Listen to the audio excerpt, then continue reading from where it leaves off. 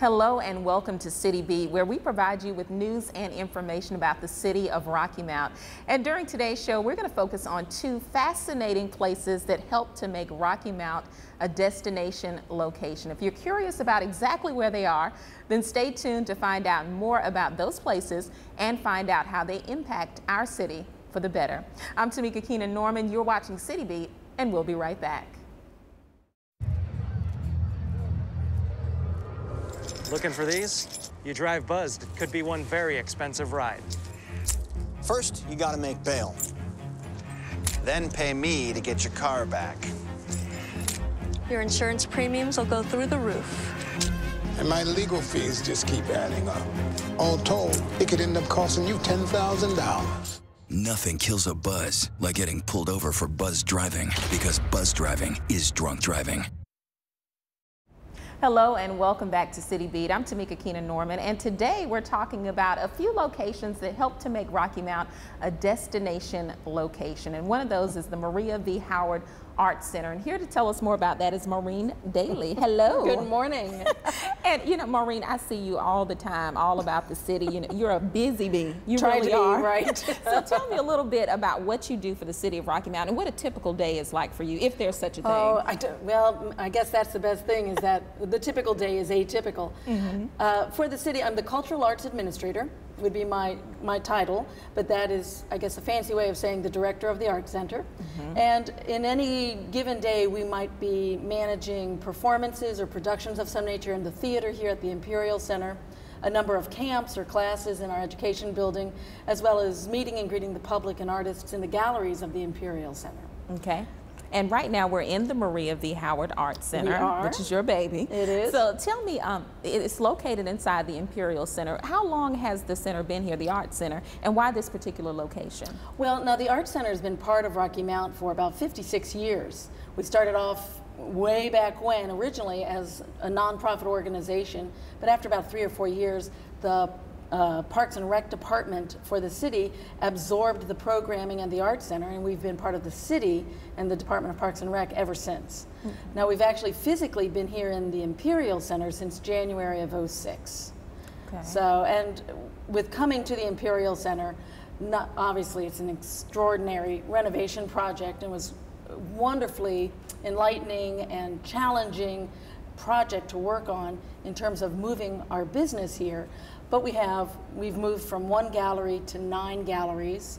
Our theater is very similarly sized in terms of seating as the Playhouse, which was our own home out on Nashville Road.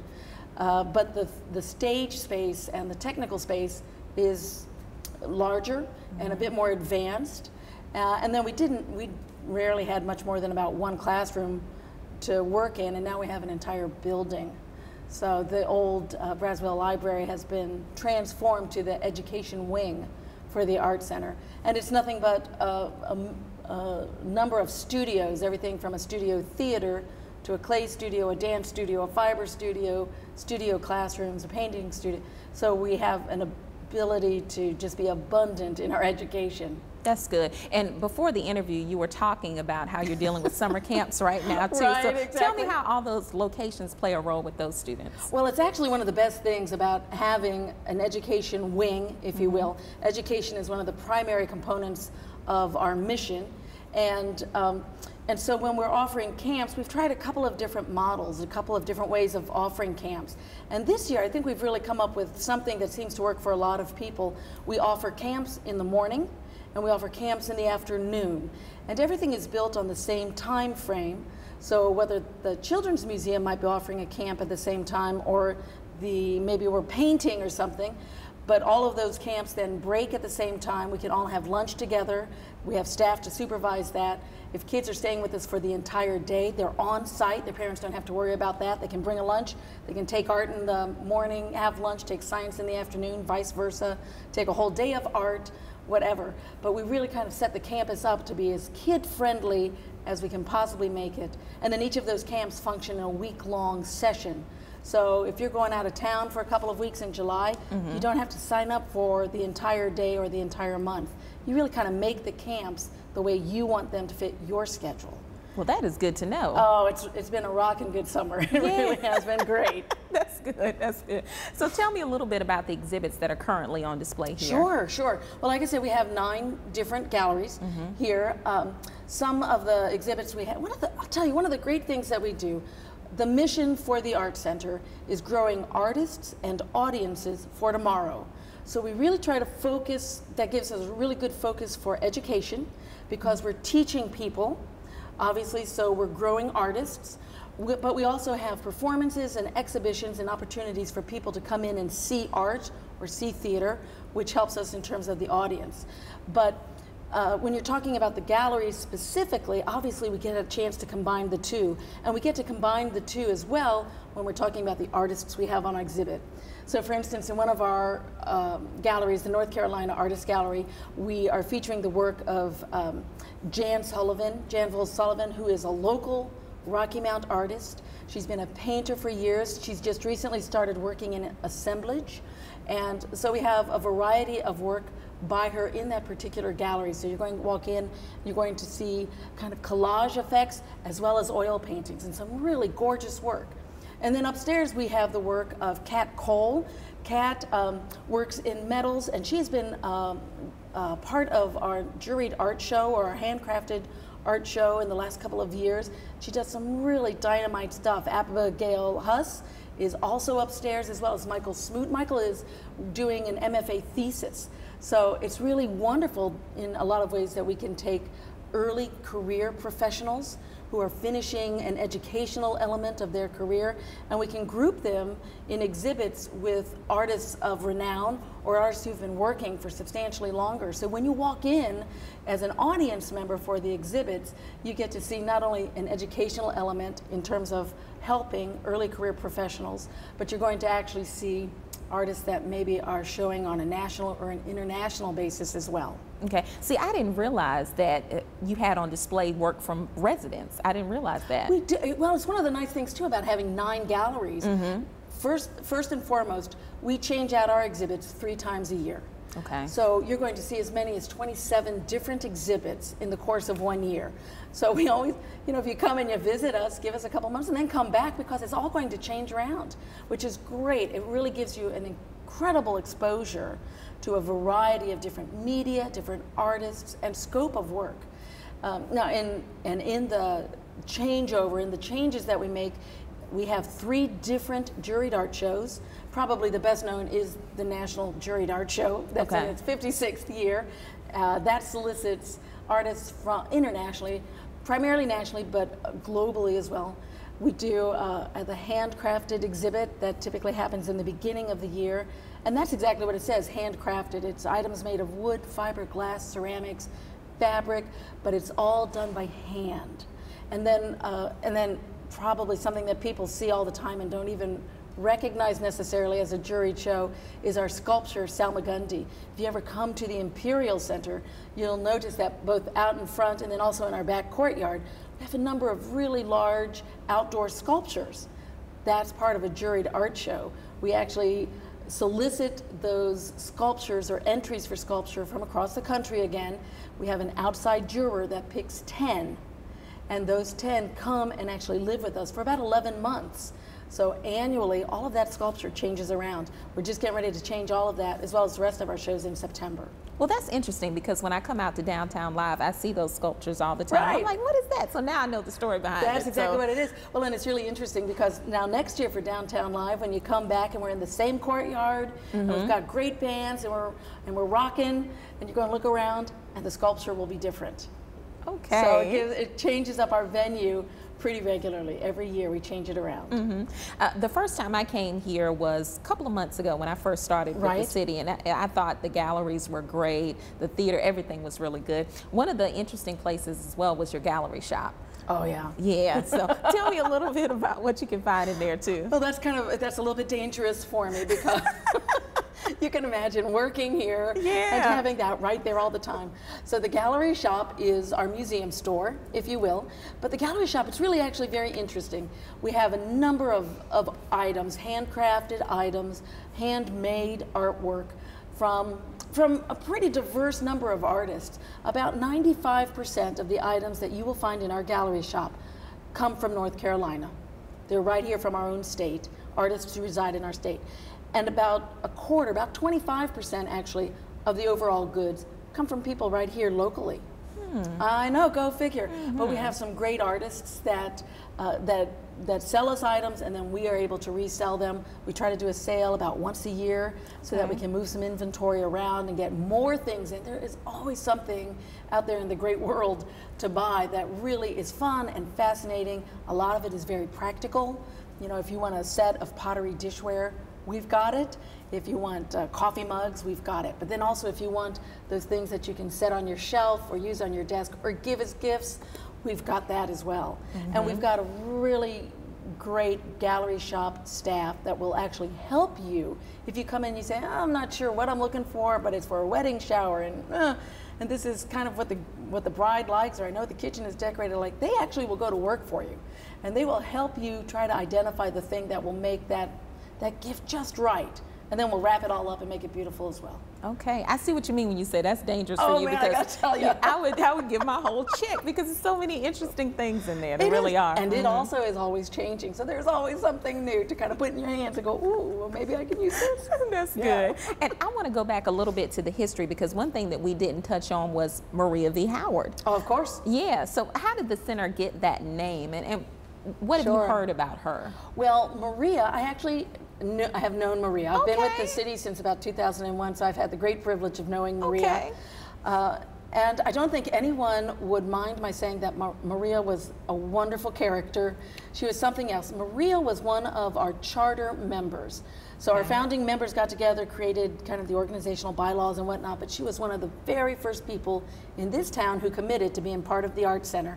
And she has stayed with the Art Center even after we were, even after we joined Parks and Rec, and for all of the years since. Now, I knew her specifically through the Christmas Chorus, which is an annual production in our community theater program. And she was a member of that Christmas Chorus for better than 40 years. So she was singing on that stage continuously. But she would also come and make visits. Now, she used to design clothing. She made her own clothing. She was always impeccably dressed. She was, what can I say? She worked with a lot of the garden clubs here in the area. She was, I was going to say, a master florist. She did arrangements. She could grow. She did landscaping and beautification projects around the town. She was on Rocky Mount's 1976 Bicentennial Committee. She had a number of honors, and she was right here. She came here. She married her beau, who was an American soldier. They moved here to Rocky Mount, and she lived her adult life here. She was, by training, she had gone to design school in her native Belgium. Okay. And so she had a background in the arts, and we're sitting in front, in fact, of some of her work, a painting that she did, her portrait, and she did a little bit of everything. She did a little bit of everything, which was really fascinating. Maria left us, unfortunately, just a few years ago, but when she did, she left a legacy, and she gave the Art Center $1 million. Wow. Which was, what an extraordinary gift. Yeah. Not only a gift of yourself and your talent and your life and the experience she brought to us and gave us, but then to leave something to keep that moving. And so that is what led us to change our name from the Rocky Mount Art Center to the Maria V. Howard Art Center. She has had such an impact on the kind of things that we do and the person that she was, and not only that, but everything that we're going to be able to do in the future. Sounds like an amazing woman. Absolutely. Absolutely. And I think we're very proud to have her name. Tell me a little bit about Friends of the Art Center as well, and how people can become Friends of the Art Center. Absolutely. Well, even though everybody's a friend. Everybody's a friend. Yeah. That's right, girl. Everybody's a friend. As I said, though, for instance, the Art Center is a division of the Department of Parks and Recreation. So our fundamental budget comes from the city. We are part of the city budgeting process. But there is always something more out there, something new to do, a big name artist to bring in, that kind of thing, and that's where our friends come in. They help us both with physical needs and volunteer needs. Now physically, they help us, they're an opportunity for us to raise money. We can write some grants through the city, but we can also write some grants through the Friends. The Friends, for instance, participate in the Fun Run for Charities every May. And the Friends also serve as a vendor at Downtown Live. That is actually a fundraiser. All of the proceeds, all of the profits that they receive from selling the adult beverages at Downtown Live actually benefit the programming of the Art Center. Now, some of the things that they do, if you are here and you do a theater production, there's always a thank you gift. The Friends provide that thank you gift.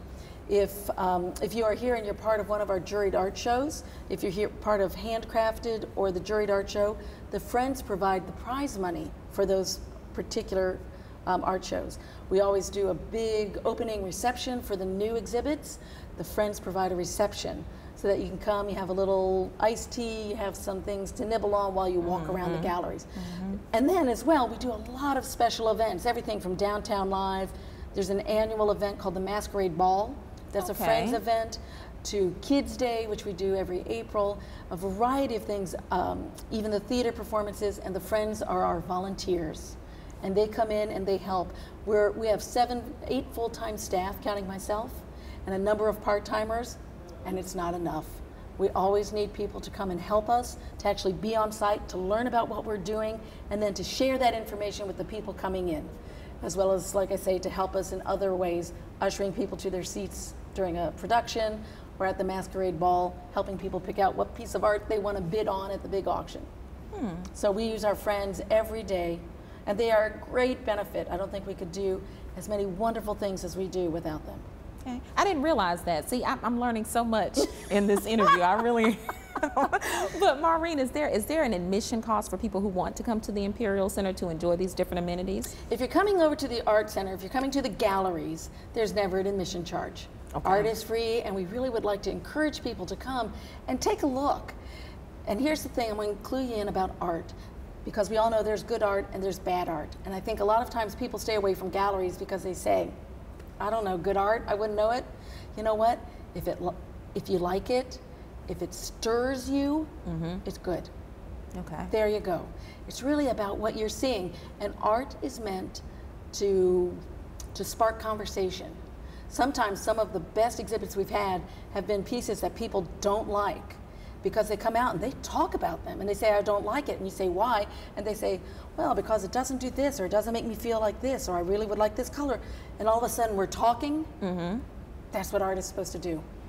So if you want to come and you want to enjoy the galleries, come on. Tuesdays through Saturdays, 10 to 5, Sundays, 1 to 5. Now we do productions. We have 7 shows a year here in our theater. So you might have to give us a call for those actual performance dates. And those prices are going to range anywhere from $5 to $10. And the City Council has been excellent and really, really careful. They would like that the theater productions to be available to as many people in our community as possible. And so they've asked us to please try to keep the costs of those tickets as low as possible. So $5 to $10 for one of our productions is all you're going to pay. And then, of course, classes and workshops, those roll throughout the year, and those, everything, again, from $5 to a national artist who might be coming in for a workshop might cost you a bit more. But in terms of the educational element, you can always call for the latest information. You can go to our website for the latest information. And if you're interested in education for kids, art education for kids, there are scholarships available through the city. So we try to make it possible for people to come and take advantage of everything that we have, as many ways as we can do it. Okay, and what's that number in that website, Maureen? So the website is really easy. If you go to www.imperialcenter.org, O-R-G, and center, we've kept the same spelling.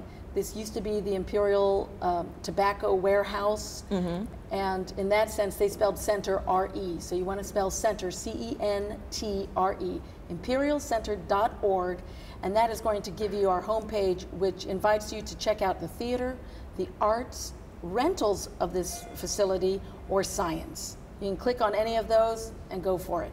All right, Maureen, thank you so much. Oh, thank you. It's been a pleasure to talk with you. I've really enjoyed this interview. I've learned a lot, and hopefully our viewers have learned a lot as well. And when we come back, we'll talk about the sports complex, another place that makes Rocky Mount a destination location. You're watching City Beat, and we'll be right back. Packers. Vikings. Packers. Vikings. Vikings. Red state, blue state, vegan. Carnivore. We come from different places. Uptown. Downtown. Optimist. We come to different conclusions. Half empty. Half full. But when we live united, we create real, lasting change in the building blocks of life. The education, income, and health of our communities, Live our families, united. Even the person next to us. Live united. Real change won't happen without you. So give, advocate, volunteer, live united. Sign up at liveunited.org. Hello and welcome back to City Beat. And if you've missed the show thus far, we're talking about some interesting places that help to make Rocky Mount a destination location. And thanks to Maureen Daly, who talked to us a little earlier about the Maria V. Howard Arts Center. And here today is Joel Dunn, the director for the sports complex. How are you, Joel? I'm doing well. How are you? I'm doing good on this beautiful day, sitting on the baseball field. This is really nice. It's where I call home. We love it out here. I know that's right. So speaking of home, the sports complex has been home to you for how long? How long have you been with the city, and what do you do here? I've been here since March 2009. My overall job responsibility is to oversee operations of the sports complex. Most of that entails recruiting, travel, baseball, soccer, softball tournament events to the area. Once we get them here, I'm in charge of part-time staff that operate our gates and concession stands. I work closely with park maintenance to make sure ball fields are in good shape. And we try to make people happy and keep them coming back to Rocky Mount. So. All right, so you have a big role here with the city then. It's a fun job. It's a big complex, but we've got great staff, and I think we do a really good job out here. And speaking of a big complex, this is expansive of volleyball fields, baseball, soccer, everything. Tell us a little bit about what you have out here exactly. We got a little bit of everything. We've got 6 baseball fields dedicated for youth ages 5 to 12. We've got 5 fields dedicated for adult softball that are bigger fields that we can use as multi-purpose. We've got 8 soccer fields. We've got sand volleyball courts. We've got outdoor basketball courts. We've got a picnic shelter. We've got horseshoe pits. We've got a disc golf course that meanders back through the woods. We've even got about a mile of walking trail around the sports complex that actually ties into our trail system through the city. So there is something for everyone to do out here on a typical day. All right, and I love volleyball, so you may see me out here. Well, I'd love to. So let's talk a little bit about the tournaments that you bring here to the city of Rocky Mount. How does that work? Most of my job is recruiting events. There are various tournament directors throughout the state involved in softball, baseball, soccer. I work closely with Nash County Travel and Tourism, and we work hard to recruit events to our area. There are many sports complexes throughout the state. We're competing against a lot of them for these events, so we do our best to reach out to those directors, give them incentive to come to Rocky Mount. And once they get here, we want to make sure we do a good job, that the participants enjoy the event, and that puts us on track to get that event back next year. So it's a process that never ends. We're always looking for more events, and we're always looking to increase the events that we have. Now, I was looking in the newspaper a couple of weeks ago, I think, in the Rocky Mount Telegram, and it had this huge write-up about your latest tournament. I think it was called Top Gun. Yes. World Series. Tell us about that one. That was the Top Gun Summer World Series. It's the 3rd year we've hosted that event in Rocky Mount. We had 70 teams from 3 different states here for 5 days. They came in and started on a Wednesday, and the tournament ended on Sunday. We actually utilized a complex in Wilson and Tarboro as well, just because there's so many teams. But it was a great event for the area. The local hotels were instrumental in making sure everyone enjoyed their time while they were here, because normally an event is just 2 days. They were here a lot longer than that. Mm-hmm. That brings in added dollars to the economy through the hotels and restaurants. It was a very successful event. That's an event we try to get every year. We'll be going back and bidding on that this winter, and hopefully we'll have it out here next summer as well. Okay, and 70 teams, that's a lot, but that's not your biggest tournament, correct? No, not even close. Our biggest event thus far was 218 teams. That was our Winter World Series with Top Gun Baseball. We held that last November. Once again, there we utilized the fields here. We actually utilized 4 fields in Rocky Mount. We went to Red Oak, Wilson, and Tarboro as well, and many of the high schools around. So that was a 3-day event. They came in on Friday and played through Sunday. But now that's our biggest event through number of teams. And we've actually got that event again this winter, and we've split it into 2 different weekends. So we're hoping that, you know, we'll even increase that number. Okay, and you mentioned impact on the city of Rocky Mount too. You have a huge economic impact, a lot of visitors coming into the area because of the sports complex. Tell me a little bit about the dollars and cents that you bring to Rocky Mount. Now, when we talk about the sports complex, the first thing we go to is economic impact to Rocky Mount. With any of these travel events, you've got people outside of the area coming to stay. They're either staying for the day and spending their money at our restaurants or stores, or they're coming in and spending the night and they're staying in our hotels.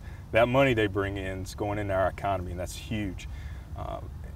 We just finished up our fiscal year at the end of June, and we had over 72,000 people come to the complex for tournament events.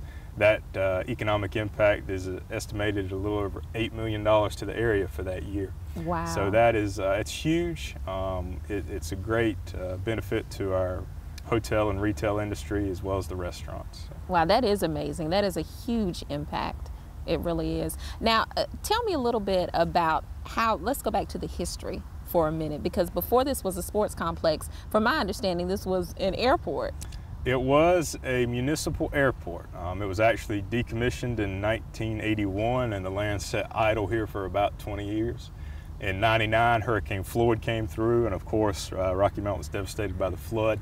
Just about everything you see out here was underwater. After that, the city decided to make use of this area and to build a sports complex. It was a brilliant idea by City Council and by the leadership of Rocky Mount.